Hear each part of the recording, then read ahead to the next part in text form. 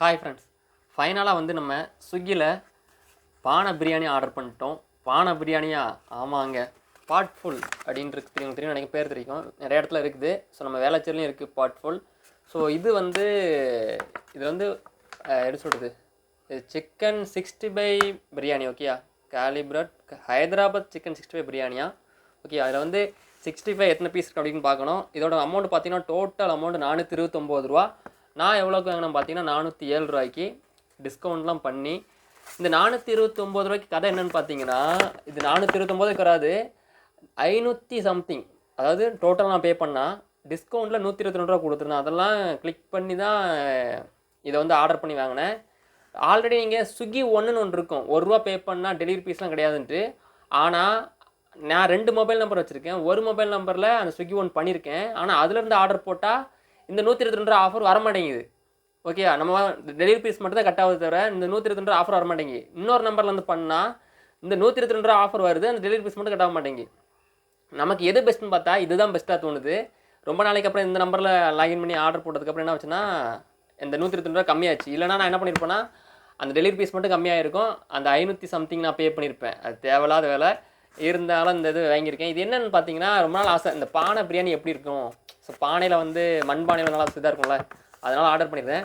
இப்போ நம்ம இது ஓப்பன் பண்ணி உள்ளே எப்படி, நிறைய டைம் நான் டெலிவரி பண்ணியிருக்கேன், பட் நம்ம எப்படி பேக் பண்ணி உள்ள வச்சுருக்காங்க அப்படி ஓப்பன் பண்ணி பார்த்ததில்ல. பார்த்துருமா, ஓப்பன் பண்ணுறேன். பானை பிரியாணி, இந்த பானை நம்ம யூஸ் பண்ணலாம், எப்படி இருக்குன்னு பார்ப்போம். ஃபஸ்ட்டே உள்ளன ஏதோ வச்சுருக்கேன், ஓப்பன் பண்ணால் தெரியும்னு நினைக்கிறேன். சரி, ஓப்பன் பண்ணி பார்த்துக்கலாம். அப்புறம் ஒரு எழுதியிருக்காங்க, வணக்கம் அப்படின்னு போட்டு ஒன்று எழுதி வச்சுருக்குறாங்க பாட்ஃபுல்லேருந்து.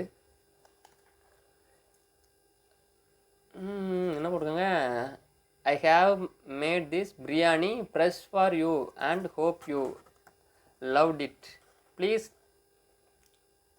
சரி, ரைட் ஒன்றுங்க, ஒருத்தர் எழுதியிருக்காரு. இப்போ நம்ம பானை பிரியாணியை பார்ப்போம்.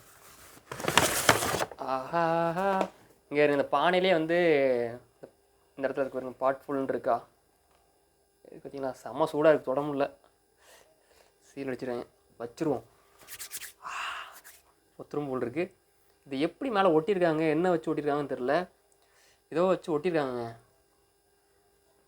ஹீட் பண்ணி ஒட்டியிருக்காங்கன்னு நினைக்கிறேன், அந்த மூடியை உடையாமல் இருக்கிறதுக்கு. சரி, அதாவது மூடி ஓப்பன் ஆகாமல் இருக்கிறதுக்கு. இருங்க, இதை வச்சு ஒட்டியிருக்காங்க. இது என்னதுன்னு தெரியலையே. இதை சாப்பிட்லாமா, அந்த மூடி ஒட்டினதை? அதெல்லாம் சாப்பிட தேவையில்ல, ஹீட் பண்ணியிருக்காங்க. இருங்க, லைட்டாக உங்களுக்கு சரிச்சு காட்டிடவா, அப்படிங்க தெரியாதோ. இப்போ நான் தெரியணும் இல்லையா, இந்த பானை இப்போ காட்டணும். தப்பா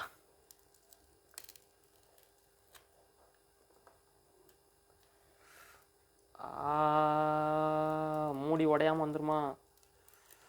my god, oh my god, oh my god. ஆவி பறக்கும் பாட்ஃபுல் பிரியாணி. மை காட், 65 மேலே ஒன்றும் காணும், இருக்குமா உள்ள? இல்லை ஏமாற்றிட்டாங்களா நம்மளை?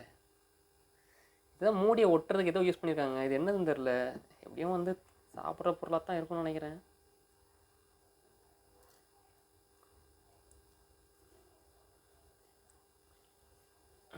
உங்கள் வீட்டில் இந்த மாதிரி அதாவது நீங்கள் பானை அப்படின்னு ஆசைப்பட்டீங்கன்னா அவருக்காக வாங்கிக்கோங்க. இந்த சட்டி யூஸ் பண்ணிக்கலாம்னு நினைக்கிறேன், நல்லா தான் இருக்குது. கடையில் போய் ஒரு சட்டி, பானை சட்டி வாங்கினீங்கன்னா அது எவ்வளோ தெரியாது. பிச்சை எடுத்து இதில் வச்சுருவோம். வச்சுட்டு எப்பா என்னதுடா இது எப்படி இருக்கு.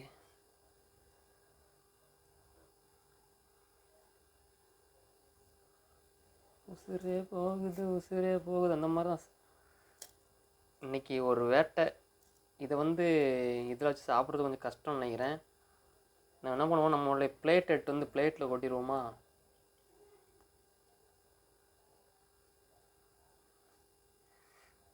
பாட்ஃபுல்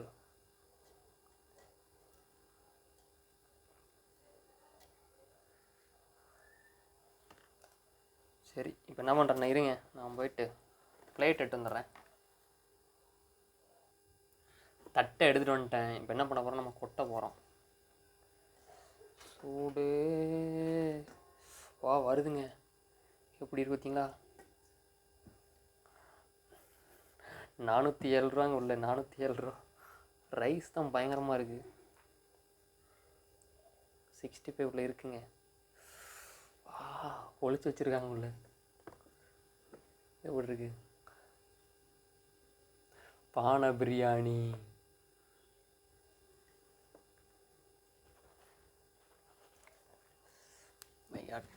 எத்தனை பீஸ் வச்சுருக்காங்க பாப்பா?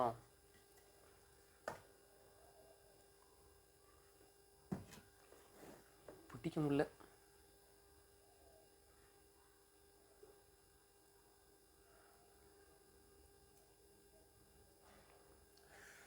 இது வரைக்கும் 6 பீஸ் வந்திருக்கு.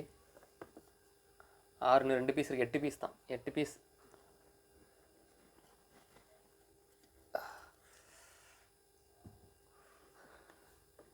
உண்மையிலே செம்மங்க, செம்ம.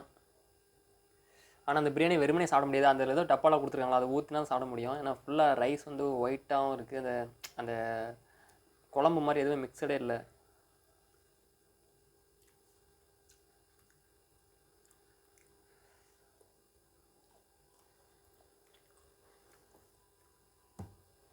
அடியில் கொஞ்சம் ஊற்றிருக்காங்க, மிக்ஸ் ஆகிருக்கு. நமக்கு மேலே இது மட்டும் 8 பீஸா? 8 பீஸ் சிக்கன் 65 இருக்குது. ஓகேங்களா?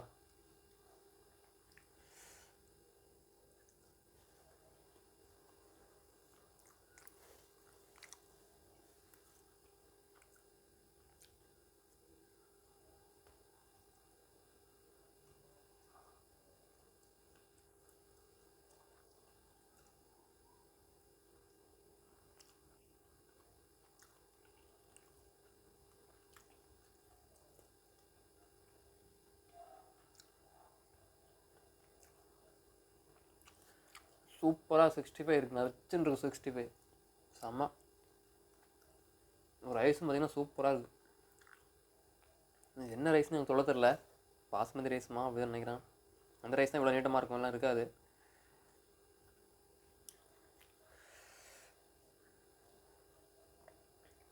எனக்கு தெரிஞ்சு ஒருத்தர் சாப்பிட்லாமா? நல்லா சாப்பிட்டா ஒருத்தர் சாப்பிட்லாம், இல்லை அளவாக சாப்பிட்டிங்கன்னா 2 பேர் சாப்பிட்லாம். அந்தளவுக்கு இருக்குது. 407 ரூபாய்க்கு ஒர்த்தாக கேட்டிங்கன்னா நம்ம டிஸ்கவுண்ட்டில் பண்ணி வாங்கியிருக்கோம் 407 ரூபா. இல்லைன்னா உங்களுக்கு 500 ரூபாய்க்கு மேலே வரும். இதே பார்ட்ஃபுல் வந்து ஸ்விக்கியில் அந்த ரேட்டு, ஜொமேட்டோவில் என்ன ரேட் வச்சுருக்கான்னு தெரியாது. ஜொமேட்டோவில் எல்லாமே வந்து காஸ்ட்லியாக தான் இருக்கும். ஸ்விக்கியில் எல்லாமே கொஞ்சம் டிஸ்கவுண்ட் கம்மியாக இருக்கும். ஓகேங்களா? ஓகே, நான் வந்து சாப்பிட்றேன். ஏன்னா இருக்கிற சூடில் வந்து இப்போதைக்கு உங்கள்கிட்ட வீடியோ நம்ம காமிக்க முடியாது. ஸோ இந்த வீடியோ வந்து எதுக்குன்னா, ஒரு ஆசை, ரொம்ப நாள் ஆசை. அந்த ஆசையை வந்து இன்றைக்கி இந்த பார்ட்ஃபுல் பானை பிரியாணி வாங்கியாச்சு. இனிமேல் சாப்பிட போகிறேன். ஸோ ஓகே, நீங்களும் ஆசைப்பட்டிங்கன்னா இந்த பிரியாணியை ஆர்டர் பண்ணி வாங்கி சாப்பிடுங்க. அப்படி இல்லை ரொம்ப அதிகமாக ரேட் ஆகுதுன்னா நீங்கள் கடையில் போய்ட்டு வாங்கி சாப்பிடுங்க. பார்ட்ஃபுல் பானை பிரியாணியை, அந்த பானையை யூஸ் பண்ணிக்கோங்க. ஓகே, பாய்.